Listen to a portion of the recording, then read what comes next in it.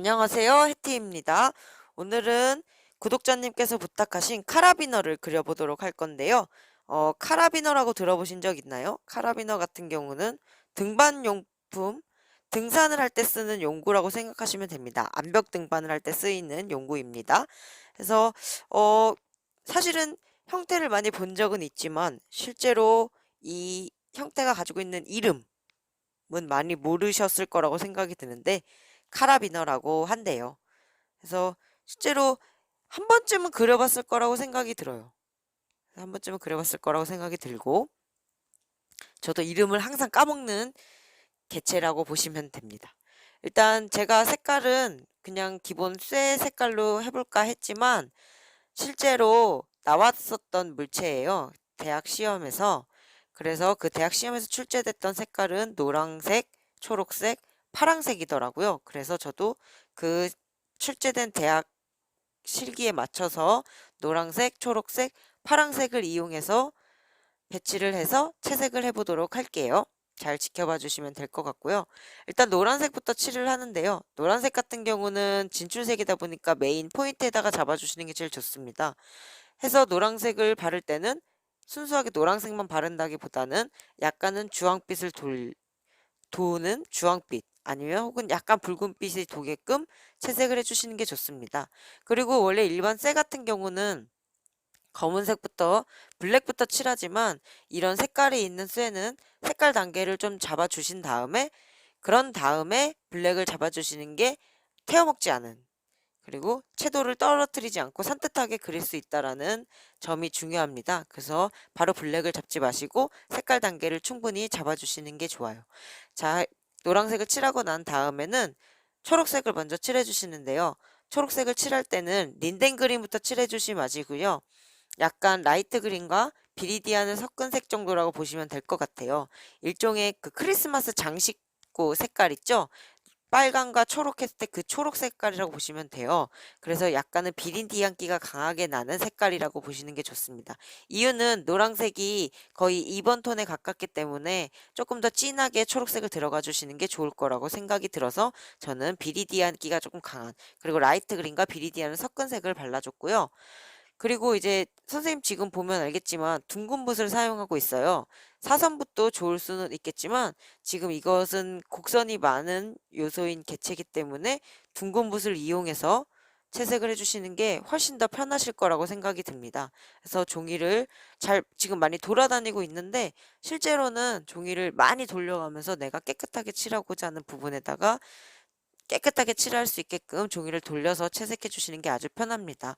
그래서 비리디안기에서 약간 더 진한 색은 프러시안을 섞어서 잡아줬고요. 그런 다음엔 인디고를 섞어주셔도 되고 그 다음에 블랙을 잡아주시면 되는데 저는 형태가 크기 때문에 프러시안 단계를 조금 밟고 프러시안과 비리디안을 섞은 색을 좀 단계를 밟아줬고요.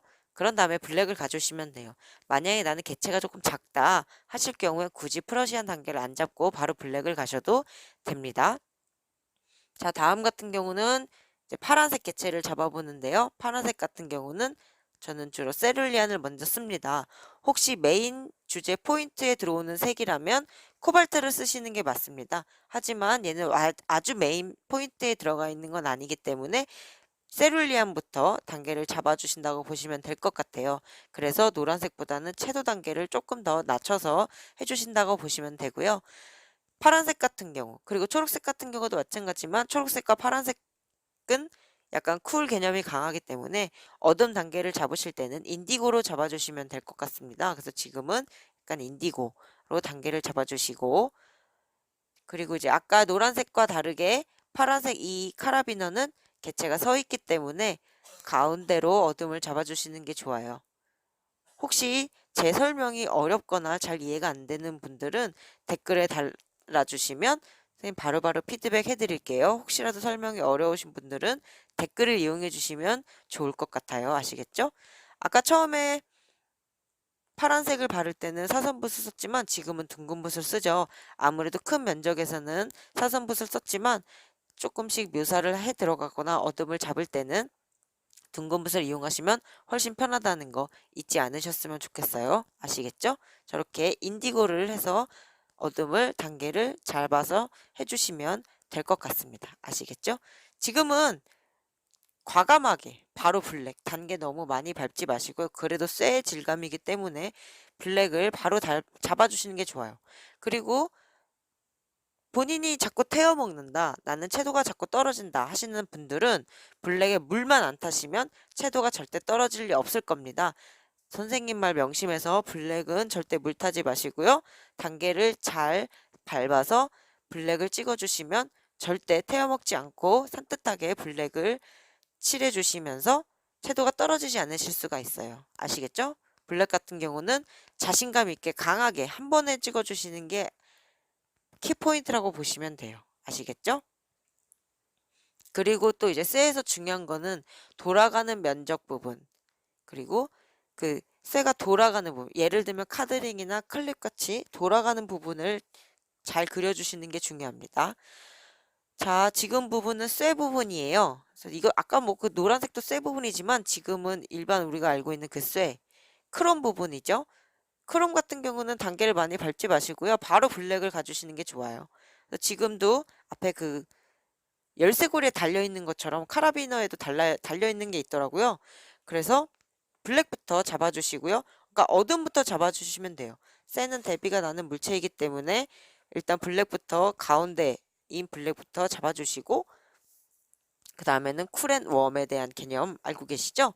저 잘 모르시겠다면 그 선생님의 유튜브 영상 중에 숟가락과 포크, 나이프를 그린 영상이 있어요. 그걸 보시면 쿨과 웜에 대한 개념이 충분하게 설명이 되어 있고 크게 채색이 되어 있기 때문에 이해가 되실 거라고 생각은 들어요. 그래서 지금 같은 경우는 일단 어둠을 먼저 잡아주신 다음에, 그런 다음에 종이랑 쇠 부분을 구별을 해야 되잖아요. 그쵸? 그럴 때 쿨과 웜을 써주신다고 보시면 됩니다. 지금 같은 경우 약간 쿨기를 해서 종이와 쇠 부분을 나눠주시고요. 저 같은 경우는 코발트 흰색을 타서 해주시기도 하고, 블루 세레스트를 쓰셔도 되고, 그리고 세룰리안을 써도 되고, 울트라마린을 써도 되고, 뭐든 상관은 없습니다. 그래서 본인이 원하시는 방향성대로 채색을 해주신다라고 보시면 돼요. 쇠는 여러 가지 방법으로 채색을 해봤지만 저 방법이 제일 쉬운 방법이라는 생각이 드네요. 그래서 저렇게 쇠를 그리고 나서 이상한 묘사 하지 마시고요. 주로 비치는 거 위주로 묘사를 지금 이제 약간 비치는 거를 묘사해 준다고 보시면 돼요. 노란색에 초록색의 쇠가 비친다 라고 가정해서 발라주시는 거라고 보시면 되죠. 저것도 이제 노란색이 비칠 수 있는 부분에다가, 그쵸? 웜 단계를 잡아주시면 돼요. 선생님 같은 경우는 옐로우 오렌지를 썼다고 보시면 됩니다. 선생님은 패스 물감 쓰는 거 알고들 계시죠? 그래서 혹시 색깔을 모르신다면 패스 물감의 단계를 보시면 될 것 같네요. 아시겠죠? 저 부분도 비치는 것들을 위주로 그려주시면 됩니다.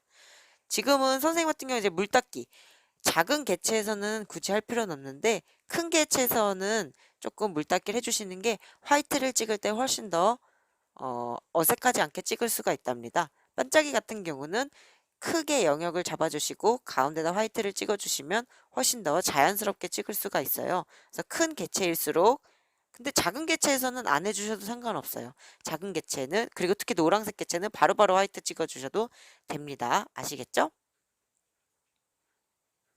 화이트 찍기 전에 색연필을 먼저 사용해 주시는데요. 색연필 같은 경우는 묘사를 많이 하면 안 되고요. 일단 아웃라인 먼저 정리를 해주시고, 그런 다음에 부분 하이라이트를 따준다거나 한두 번씩 줄만 더 그어주셔도 충분히 묘사가 돼 보이실 거예요. 이상한 묘사 하지 마시고요. 엣지 같은 데만 충분하게 넘어가는 부분에서 충분하게 어둠을 잡아준다거나 하이라이트를 만들어준다거나 그렇게 생각해 주시면 훨씬 더 색연필 쓰는 게 쉬울 거라고 생각이 듭니다.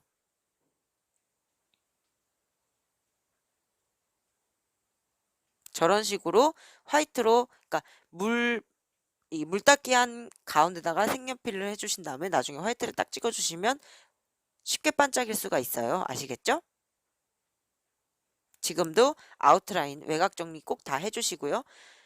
기초 디자인 같은 경우는 정확하게 다듬어 주시는 게 아주 중요하다고 생각이 듭니다. 그래서 자대고 충분하게 다듬어 주시는 게 정말 중요할 것 같으니 다듬는 시간, 색연필을 잡는 시간을 놓치지 않으셨으면 좋겠어요. 그리고 붓으로 많이 그리는 것보다 색연필은 채도가 떨어질 수는 있겠지만 메인 색깔에서 그리고 아웃라인 위주로 정리해 주시면 훨씬 더 깔끔하게 정리해 주실 수가 있습니다. 지금 같은 경우는 이제 화이트를 찍어 주는 거죠. 흰색 색연필을 한 부분에다가 화이트를 찍어 주시면 훨씬 더 효과적으로 반짝이 느낌을 낼 수가 있어요. 그래서 어디에 찍어야 되지? 라고 생각하지 마시고요. 선생님처럼 흰색 색연필을 한 부분 가운데다 찍어 주시면 절대 어색하게 찍지 않을 수 있습니다. 유념하세요. 제가 최고로 쉽게 설명해 줄 수 있는 부분이기 때문에 꼭 실행을 해보셨으면 좋겠네요. 그러면 어느 누구나 화이트를 쉽게 찍을 수가 있어요. 어색하지 않게 아시겠죠? 그리고 꼭 비치는 거 위에다가는 꼭 화이트가 지나가 주시는 게 아주 중요할 것 같습니다. 아시겠죠? 자, 믿고 보는 해티의 쇠 질감 마스터하기 어떠셨나요? 도움이 다 되실 것 같나요? 혹시 또 다른 크롬이 필요하시다면 언제든지 댓글을 이용해 주시면 될 것 같고요. 믿고 보는 그쵸? 잘 보셨다면 좋아요와 구독 잊지 마시고요. 알람 설정까지 부탁드려요. 아시겠죠? 자, 이렇게 완성작이고요. 그럼 다음 영상에서 만나도록 할게요. 안녕!